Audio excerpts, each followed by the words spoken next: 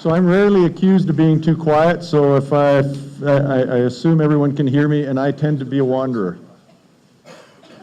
Okay, there we go. So I tend to be a wanderer. So thank you for the opportunity to come talk to you, and I was asked to come talk a little bit about what consumers are thinking about, how consumers are thinking about food, and I like to talk about it in the context of what they know, what they don't know, and why it matters.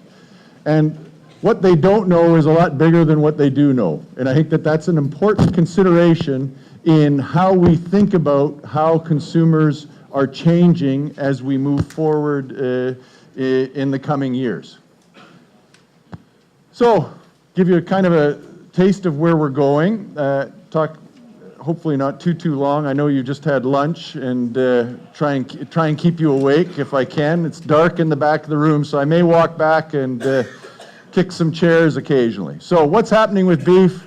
What do consumers understand, and what's influencing them?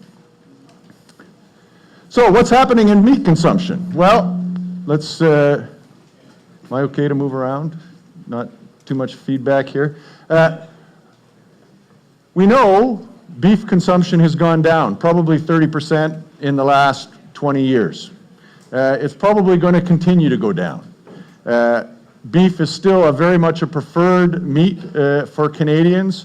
The good news is the rest of the world is getting richer, so overall beef consumption is going up around the world, but last year or the year before, there was actually more kilos of chicken consumed in the world than beef for the first time ever. And so that's a change.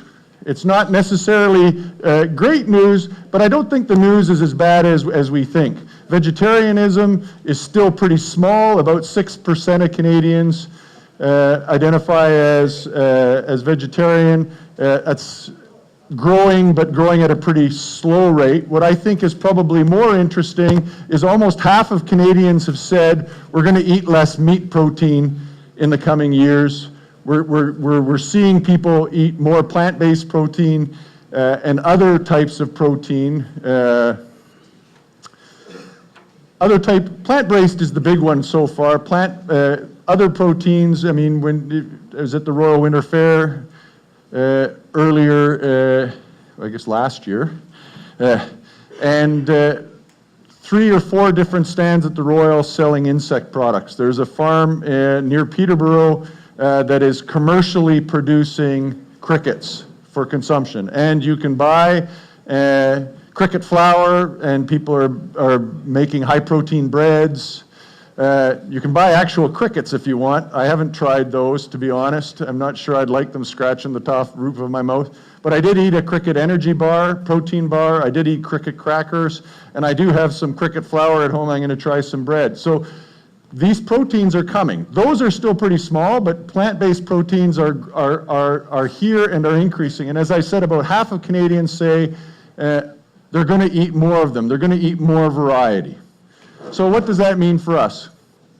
It means that we need to find ways as a beef industry to stay relevant and current. As I said, the good news is people still love beef, even if they're eating less of it. It's probably still their preferred protein. So they're either eating smaller portions or they're eating it a little bit less frequently.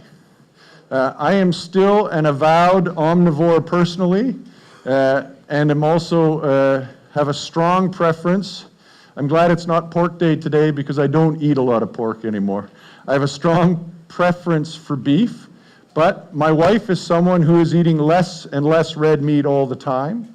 And so we're sort of seeing this struggle even in our own household, that I'm probably eating less beef just because my wife is eating less beef, although there are many days on the weekend and even during the week where we'll have 2 different proteins in our house because I'm not willing to cut back quite as much as she is as yet. But those sorts of dynamics, those family dynamics, really are an important factor in the overall consumption for beef going forward.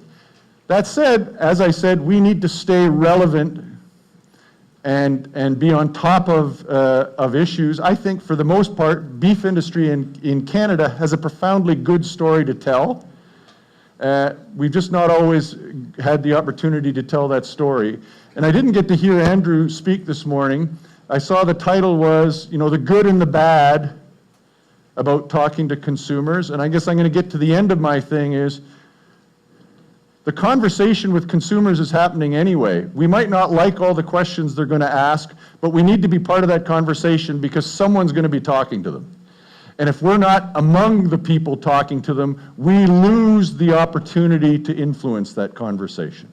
We might not like all the questions, they might not like all the answers, but I think for the most part, the beef industry in Ontario has a profoundly good story to tell. So what are some issues that are coming up? Antibiotics are probably the next wave. Animal welfare has sort of crested, I would argue, and it will continue to be important going forward. But the use of antibiotics in meat production is going to get more and more and more attention, and it is profoundly poorly understood. It's a more complex issue, and I'll talk about it. It's a more complex issue because there are real welfare implications in the trade-off of treating a sick animal versus not giving it access to antibiotics at all. And so those sorts of, so we're going to talk to a consumer who will see a Holstein cow on TV and think it's a beef animal, and the news media will often put a Holstein cow in a story about beef. And then we're going to say, well, no, we're going to try and have a much more nuanced and detailed conversation about what these issues are. It's not going to be easy, but that means we need to have it anyway. So, are antibiotics a concern? Are consumers really concerned about antibiotics? I would say if you ask a consumer, are you concerned about antibiotics in meat production, they'd look at you sort of like this and say, should I be? So part of the problem is when we ask people in surveys about, are you concerned about this? They will often say yes, even though they've never ever thought about it before. Right? So we have to be a little bit careful, and frankly, some people aren't careful enough when they ask these questions. So I saw something the other, 60% of Canadians are concerned about food fraud. 59% of those people had no idea what food fraud was before they got asked the question. Right? So the vast majority, and I'll get to that in a second, the vast majority of people have no idea that antibiotics are used in meat production. But the conversation is starting to happen, and we need to be active in it. So, all of those limitations aside, some people will argue that their level of awareness and concern is very high. A Consumer Reports survey found 72% very or extremely concerned connected to antibiotic resistance. Well, if I walked up to anyone here and said, are you concerned about resistance to antibiotics? Well, it's been in the news a little bit. I can tell you when I get calls from media, antibiotics is now one of the foremost questions I get, so it's in the media. But really, we don't have a good understanding at all of people's perceptions with respect to animal agriculture and antibiotic use. Ask in a smart way so we really get a sense of most people saying, really, we have no idea, and some people saying, yeah, I am concerned about it. So we're actually doing, some of the stuff I'm going to show you today isn't in beef. We're about to go out with a survey in the next week or two, getting a much more detailed look at beef, but I think there's some things that we can learn from other commodities here. So let's look at, this is some work that we did a couple of years ago, and we asked consumers about hog production practices and how they affect an animal's well-being. So we're trying to test really if they have any idea of what's going on. And what's interesting is if you look at the first group, you don't have to be able to read them all, there's no test. The first group here is that this improves animal well-being. The second one is it reduces animal well-being. The third one is does not affect animal well-being. And the fourth one are the people who are being honest who say, I don't know. So, first line, the blue one, more space per pig. 80% of people say that's good for pigs, right? Makes sense. More space is good. And you go to the next one, the blue column is really small, so they get it. You know, a few people said I do not know, some people said does not. Pigs are castrated. 10% say that's good, 30% say that's bad, and about 40% said I don't know. I never looked and saw if that was broken down on a gender basis. Outdoor access, good. The purple one is pigs are given antibiotics. Less than 20% of Canadians, this is across Canada sample, less than 20% of Canadians said giving an animal antibiotics is good for it. That's a perception problem, right? If you ask the same thing, if your kid has a bacterial infection, is giving them antibiotics a bad thing? In fact, almost 30% of people said antibiotics are actually bad for the animal. So what it highlights is people have no idea what we're doing. But what it also highlights is that singular words make a difference in the minds of consumers. Am I doing something wrong? Or? Nope, we're good. Singular words make a difference in the minds of consumers. And I know that you guys aren't, you folks aren't egg people, but I always talk to egg people and say, what did you do when people said battery cages are bad? You invented enriched cages. And what do consumers hear? They're still in cages.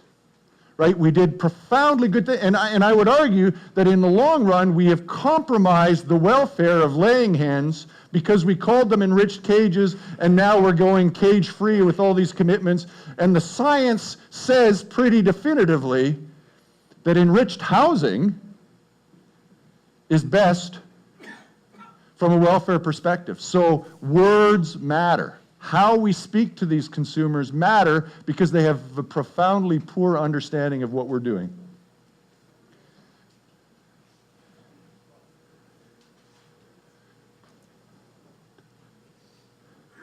The highlight here, these are the same list of questions, and we're testing, we say, okay, are these good or bad for the environment?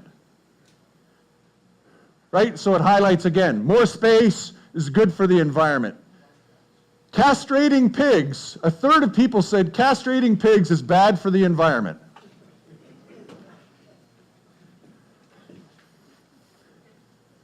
And this, I don't know if it's the same third, but a third of people said giving pigs antibiotics is bad for the environment.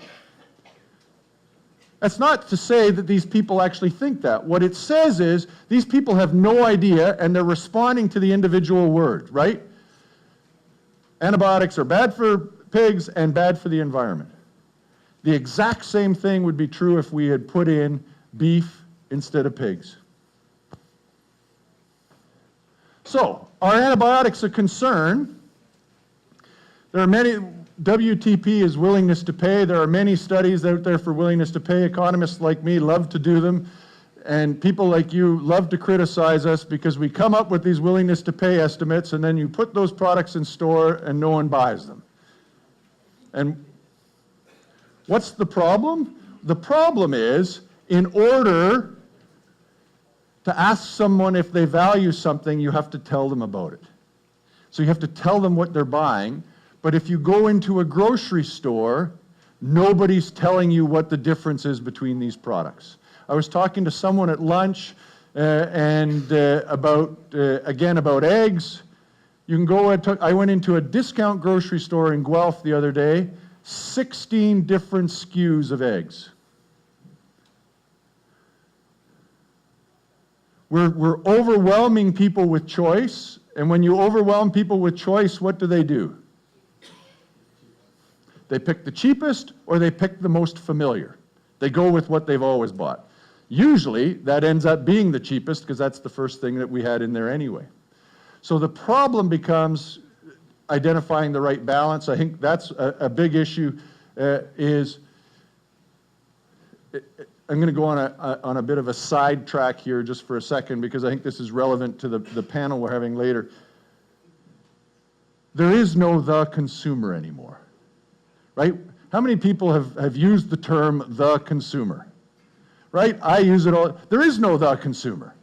There are a bunch of individual consumers, and that's what drives marketers nuts, is because you want a different kind of beef than you want, than you want, than you want. And so we're giving them all of these choices. Beef industries may be doing a little less good job than some other industries, but we're giving them all of these choices. It's not that I want a whole bunch of choices.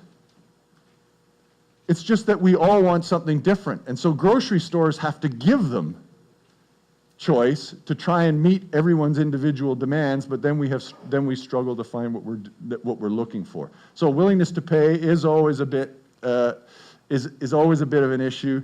We're trying to do better at it. We are getting better at it. But I think the one thing you can do is when you interpret the fact that people are saying we're willing to pay a premium for antibiotic reduced, part of that is saying is as we understand more about it, as we can see it, as we become more aware of it, we're likely to spend that. Right now, we're not there yet.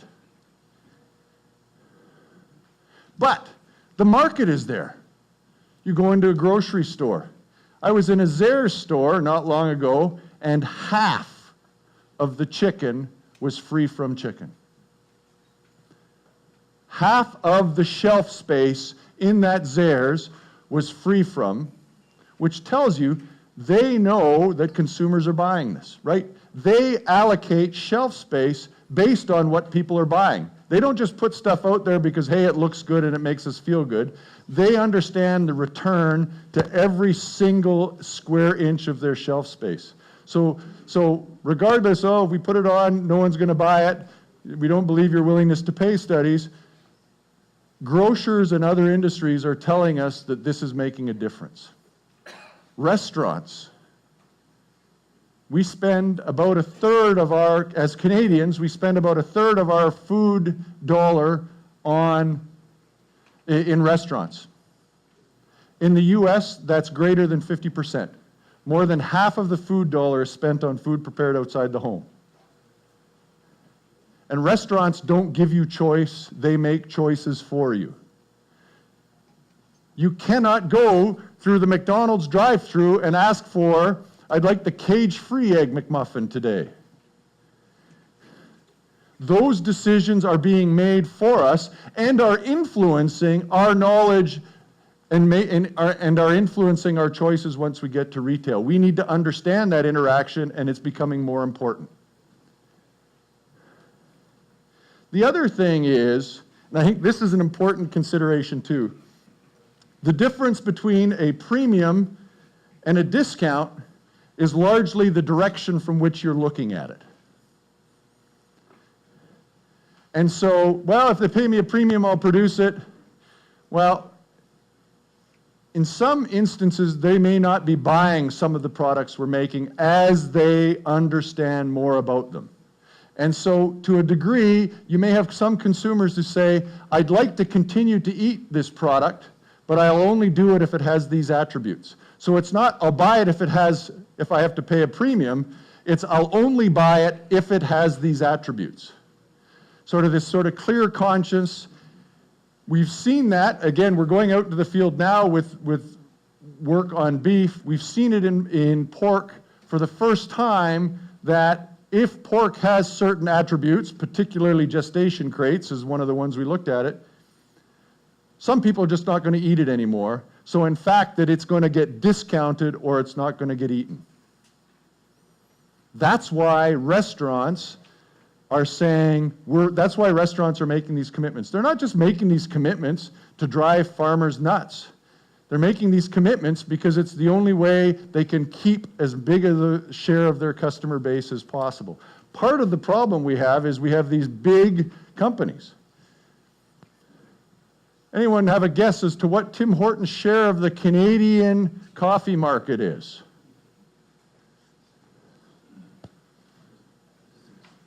It's over 70%. 70% of the coffee consumed outside of the home in this country comes in a Tim Hortons mug, Tim Hortons coffee cup. If you have 70% market share, you're concerned about the specific concerns of small groups of consumers, because it means that you're going to lose share. If you are at 10% and this 20% say, well, we don't care about what you're producing, you're less worried about it. But if you're at 70%, man, it makes a difference. McDonald's isn't quite as big in the quick service, but they are big. And they're paying attention because companies like A&W have doubled their market share in Canada in the last 5 years.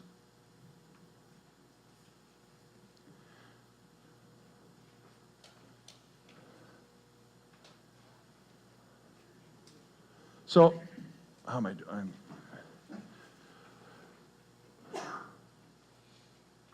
I'm going to talk a little bit about animal welfare just to show you kind of the trajectory of changing attitudes.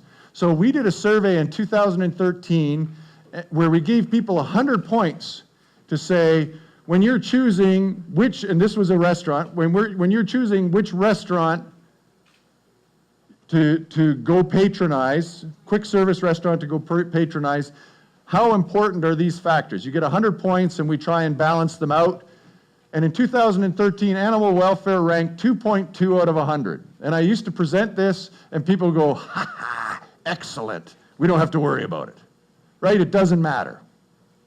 It was much higher for young people and females. So that was a bit of a warning sign, because younger people are more likely to be consumers longer than I am. So they're going to be a more influential. They're going to be more influential in customer base in the long term, and females are much more likely to be part of the food purchase decision than males are. As much as we like to think we've made progress, women are still much more likely to drive food decisions than males are and do the purchasing. And the other thing I like to say is the 2.2 was higher than the question, commitment to fair treatment of producers. So don't get too smug right off the bat here. That's not to say they don't care about producers.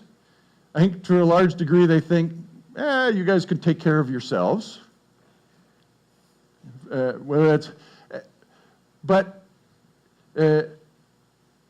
was relatively low, although it was high for one group. But in 2015, that had increased fourfold. It was now 8 out of 10. 4 times higher. That means the people who told us it mattered to them said it mattered more. And in 2013, I think it was only 25% of people who put a number higher than 0. In 2015, it was 25% of the people had 0. So all of a sudden, we had 3 times as many people saying that this matters to them, and they're saying it matters more. So who does it matter for? We ask people, I can make a difference. My personal food choices will have a large impact on the well-being of farm animals. The more you agreed, the more likely you were to say, I'm dry. So if you think my choices matter, you're more likely to say, I'm going to make choices based on what I think. So if you said, I can't make a difference anyway, even if it mattered to you, you didn't make choices based on it. That one makes sense. Labels should indicate more clearly the rearing conditions of the animals. We're not going to put more information on labels, are we? God help us. We'll have so many labels on these products, we won't be able to actually look at the piece of meat anymore. Every time you do research, you go back and say, I wish I'd have done something different. This was the only opportunity we gave people to say they'd like more information. So I think in hindsight, people weren't saying, please put labels on it. They were saying, please tell us more. And if people are saying, please tell us more, someone is going to tell them more. And it gets back to the point I made at the beginning. If we're not participating in that conversation, someone else is going to be whispering in that consumer's ear. We need to be active in that conversation as an industry, or we will not have an opportunity to influence. That's important. The rest of them, that 25% who said they didn't matter, I think there's a real danger in assuming that they don't care about farm animal welfare. I think what they're saying is, we think it's pretty good. You know, and for the most part in Canada, across most species, animal welfare is reasonably good. We've all been on bad places. But for the most part, I think our story is pretty good. And so these people are probably people who are saying, yeah, we think it's pretty good. We're not that worried about it. We're not letting it influence our decision because we don't think it's a big issue. But they have no idea what we're doing. It is frightening how little Canadians understand about agricultural production. So, this chart, again, there's no test at the end. We don't ask people, how do you think you understand this? Because everyone hates to say, well, I don't get it. We don't say, how do you understand it? We say, we understand that you get it. But what do you think the average person understands? So, the average person knows a lot about animal production. More than 80% disagree or strongly disagree. So they understand. We don't really know much. The other 20% are lying.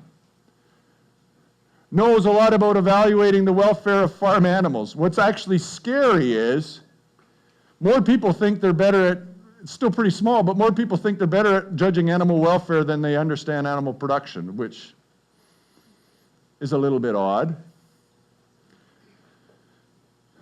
Knows about how farm animals are kept and raised. So they generally say, well, we don't understand a lot, so we test them. So,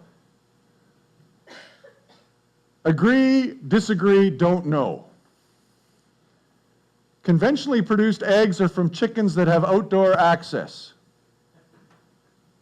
20% agree. This is from 2015. In 2013, that was 50% of the people who disagreed. So that's changing. Chickens raised for meat are slaughtered at the age of 4. This one is the most frightening to me of all. A dairy cow gives milk only after calving. Basic mammalian biology, ladies and gentlemen, here. It's a little bit of a... More than a quarter of people get that one wrong.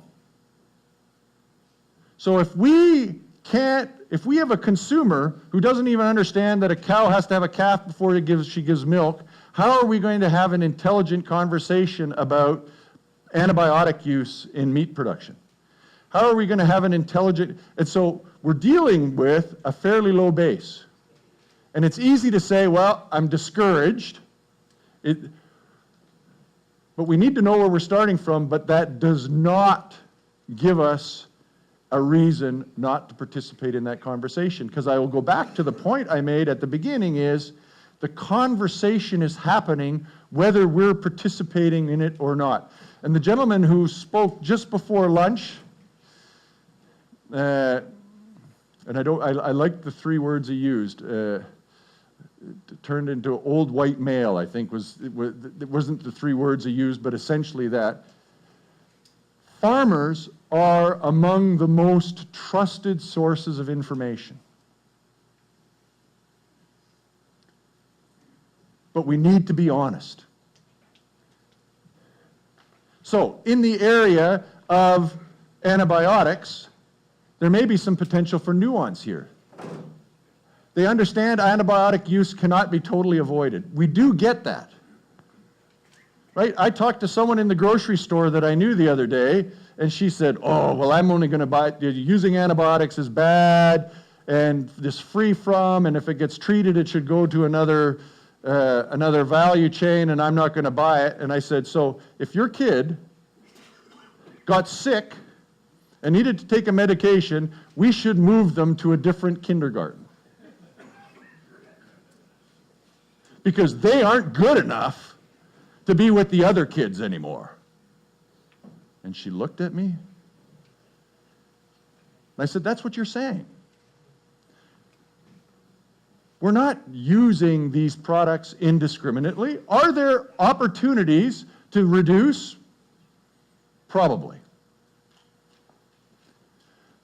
But I think that there's a real opportunity to talk to consumers about the value of using antibiotics. And if we don't take that opportunity, if we don't stake that ground, we're going to lose that opportunity. There is an indication of willingness to pay for some of reduced antibiotic attribute. There's some risk here. Again, the same thing. Everyone says it'd be good. You know, where is reduced? How do we do that? The willingness to pay number really doesn't matter a whole lot. What matters is this is on the mind of consumers. It's going to become an issue of value for consumers. And whether they're willing to pay a premium for it or whether it's table stakes to be on the table is really an irrelevant distinction. We need to think about communicating what we're doing, why we're doing it, and how we're doing it. There's real evidence that it is affecting patronage decisions. There's real evidence that it is affecting people's choices in the marketplace now. Now, many of those choices are probably uninformed. It's easy to say, well, they just don't get it. It's easy to say, but they just don't get it. But we can't say they just don't get it because we have to make sure we try and help them get it, or they're gonna make a choice anyway. I spoke not last summer, the summer before, to Saskatchewan stock growers in Swift Current, Saskatchewan, and a guy at the back stood up and said, "Damn it, Mike, why can't you tell these people what we're doing is good, and why can't they just be rational about it?" And I said, are you rational in every single consumer decision that you make? And he mumbled something I didn't quite hear, and I said, what kind of truck did you drive up in today? And I don't remember what he said, but he gave me a brand. And I said, what was your last truck? And it was the same brand. What was your truck before that? And it was the same brand. I said, what color is the equipment on your farm? I said, show me the science on each of these decisions that you've made, and I'll go tell a consumer they can't make irrational decisions. We all make decisions based on how we feel. What we have to do is communicate to consumers that what we're doing is a good thing. We need to strike a balance. I think I'm running out of time, so I'm going to speed up here and skip. So, we're doing some things from an antibiotic, from a welfare perspective anyway. We need to do a better job of telling our story. I think the beef industry is in a particularly good spot to tell a story about how we raise. In fact, Ontario probably more than other places. Tell our story. Now, there's some risk when you tell your story that people might not like some things. We may have to get into a conversation. Might we want to change some things? That's real. That might be a possibility. But if we're not part of the conversation, someone else is going to be telling our story, and they're much less likely to be telling it in a way that we want. So, awareness is growing, and there's this thing called attribute priming. As people start talking about it, as A&W talks about antibiotic-free, people start thinking about it more. So we can't sort of plug the genie back into the bottle, right? People are thinking about it. Because people are talking about it, people are thinking about it. That's what causes it to grow. That big growth in animal welfare, largely brought on by commitments made by quick service restaurants. Tim Hortons, McDonald's, others, cage-free eggs, crate-free pork, all of those things. These conversations are happening. People are aware of them. We need to be ready and able to play a role in shaping that discussion. There, a little bit of shameless self-promotion to wrap up. That's my email address. My Twitter handle, I tweet a lot about food, but if you have questions, feel free to send me an email. I'm always happy to have a conversation.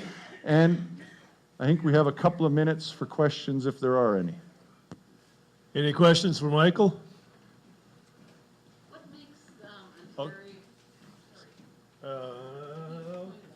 sure Yeah, where sorry, Lori that's went with the- Not sure where Lori went with the microphone. I'll repeat your question. Yeah, repeat the question, yeah. So what makes Ontario's beef story such a good story, especially in context of the whole Canadian beef story? Okay, what makes Ontario's story a better one than the rest of the Canadian beef industry? Well, I think there's a couple of things. I, frankly, personally, don't think there's a ton of difference. But I think in a consumer's mind, if we see these, you know, consumers see these huge Kansas feedlots. We have a smaller scale. We can tell the story of local. We can tell the story of smaller production, although that's sometimes a little bit of a double-edged sword for us, I think, in terms of efficiency and competing. But I think we can tell that story. You know, we all know that we have barns in Ontario because we can't leave them outside because the weather isn't great enough, but they're undercover. All of these things, I think, are stories that we can tell in Ontario relative to these sort of large, open feedlots where I don't think there's a lot of difference, but from the perspective of a consumer, scale matters, and we're a smaller scale, and I think covered production probably makes a difference. Question back here? Have you done any work on perception of harvesting of food animals?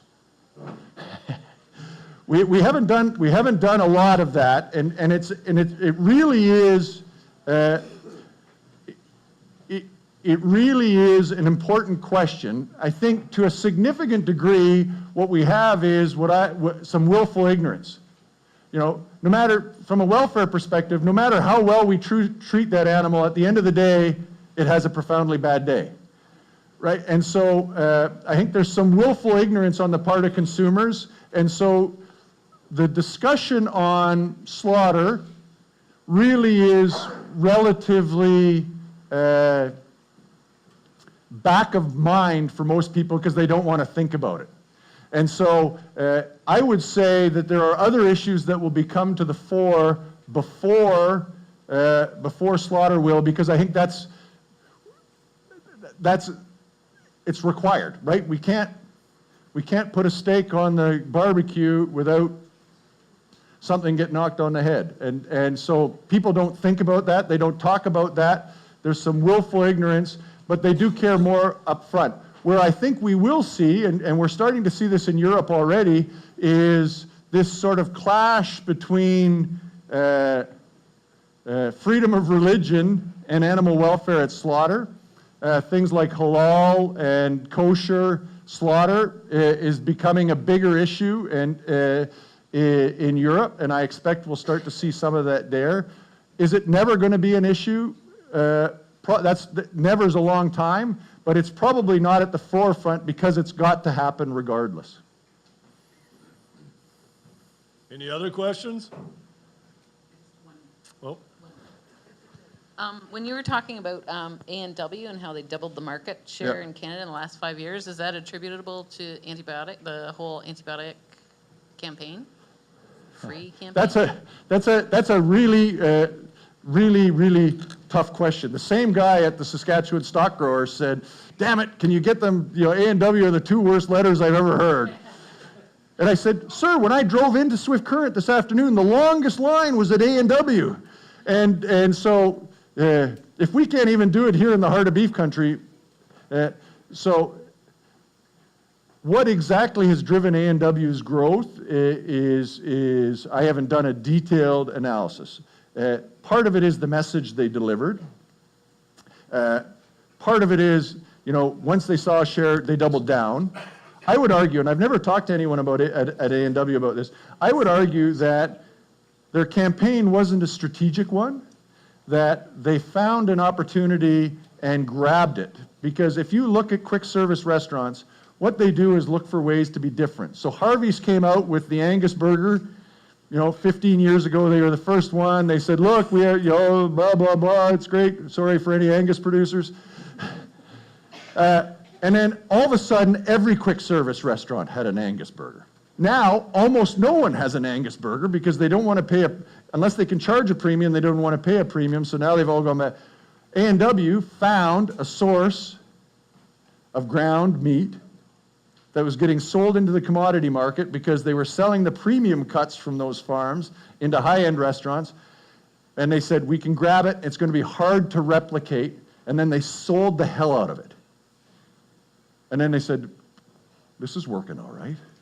So I think they found a source of meat that was going to be hard to replicate, and then went out and sold the hell out of it. So was there a pent-up demand for antibiotic-free? Probably not. They probably created the demand for antibiotic-free, and everyone said, oh, this sounds good. You know what? I hope I don't get run out of time. It's not a bad burger. I don't eat out at quick service very much, but it isn't a bad burger. And so they still have to deliver, they still have to do all that thing. So is it because all of a sudden there was this huge demand for that product? Probably not. They did a really good job marketing it.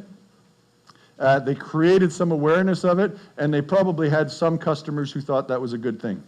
One more here. I enjoyed your presentation about the Langhans. We actually, my wife and I, have layers, and both conventional housing and enriched as of last summer. And we volunteer each year at the Royal Winter Fair and the exhibition in Toronto.